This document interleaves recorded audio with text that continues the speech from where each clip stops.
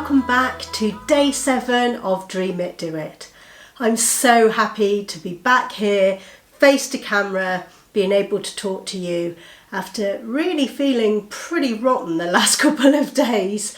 So I'm really sorry that I didn't manage to show my face in yesterday's video, but I'm hoping that you were still able to get plenty out of it. We talked, of course, about the 12-week year and setting goals for your first 12-week year. Today, I'm really excited because we're getting to one of my favourite subjects, which is vision boards. We're going to work together to create our 12-week year vision boards. Now, I actually am going to suggest later in this series that you create a second vision board, which is more for your life goals. But we'll get to that in a few days' time. For today, because we're about to start our first 12-week year, I really want us to get our 12-week vision board up in front of us so that we can see it every day. I recommend that you create a digital vision board rather than a physical one. The reason for this is if you create it digitally first, you can always print it out to have it in physical format, but it means that you can use it in so many more places, and you're likely to have a lot more great images to work with than if you're trying to cut out pictures from magazines or papers and things like that. Today I'm going to do a bit of a screen share with you to show you exactly how I create a digital vision board and to give you some tips and pointers on how to find images. So I suggest we head straight there now and start that screen share. First things first, I go to the Google Doc where I've got my 12-year goals typed up, and I'm copying those and heading over to canva.com. Canva is free design software that you can create an account on and use. It's absolutely fantastic. I couldn't recommend it more. In here, you create a base document, you choose the size that you want for it. I would recommend that you work out what your desktop size is where you're going to display your digital vision board and set that as the base for your document. Next, I paste the goals into my base document, and I'm just pasting them a few times so that I can have one goal per section, and then I'm moving them around the vision board so that what I'm looking to do is have goals in different parts of this vision board, and I'm going to put images against these goals.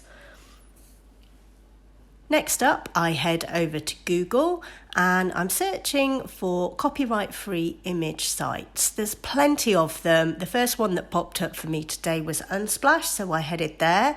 In here, you can search for images and you can find images that are free to use. That's for if you're using them online or in books or on YouTube or wherever. Now, if you're creating a digital vision board that is purely for your personal use, then you can also head over to Google or to another search engine. I tend to use DuckDuckGo, and you can do image searches on there and use those images. But do remember that you can only use those images if they are for your personal use. So you can go in there, save images and add them to your vision board.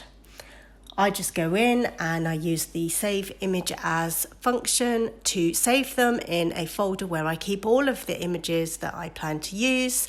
And then when I go back over to Canva, I can upload them all using this upload media button.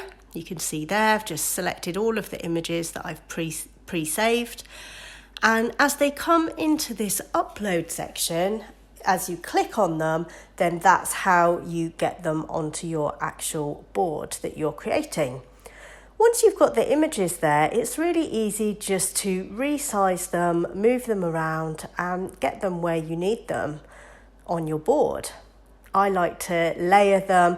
Also with images of people, I like to try, if the images are to represent me or a goal for myself personally, I try to remove the heads or make it ambiguous as to what the person looks like so that I can really imagine that it's me achieving the goal that the image relates to. So you can see here I've got images related to my weight loss goal, to building my team as part of my business, and for welcoming new clients into my online fitness studio.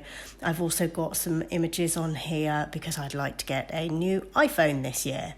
So as you can see, I'm just building up the vision board. I can continue adding more and more images.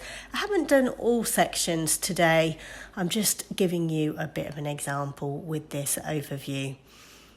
Once you're done, you can go to the download button, select that it's got PNG selected and hit download.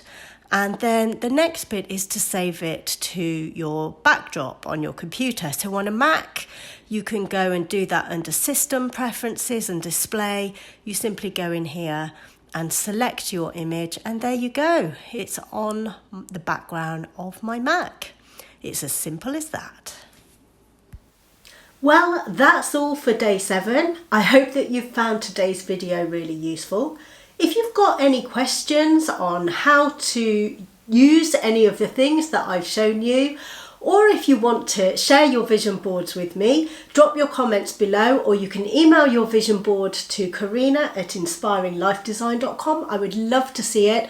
Or you could post it on your Instagram. If you're feeling brave, you could pop it on your story or in a post and tag me. That's @inspiringlifedesign on Instagram. I would love to see your vision boards. I'm going to say bye for today. Don't forget, if you like this video, please do give it a thumbs up. Don't forget to subscribe and hit the notification bell. I will see you tomorrow.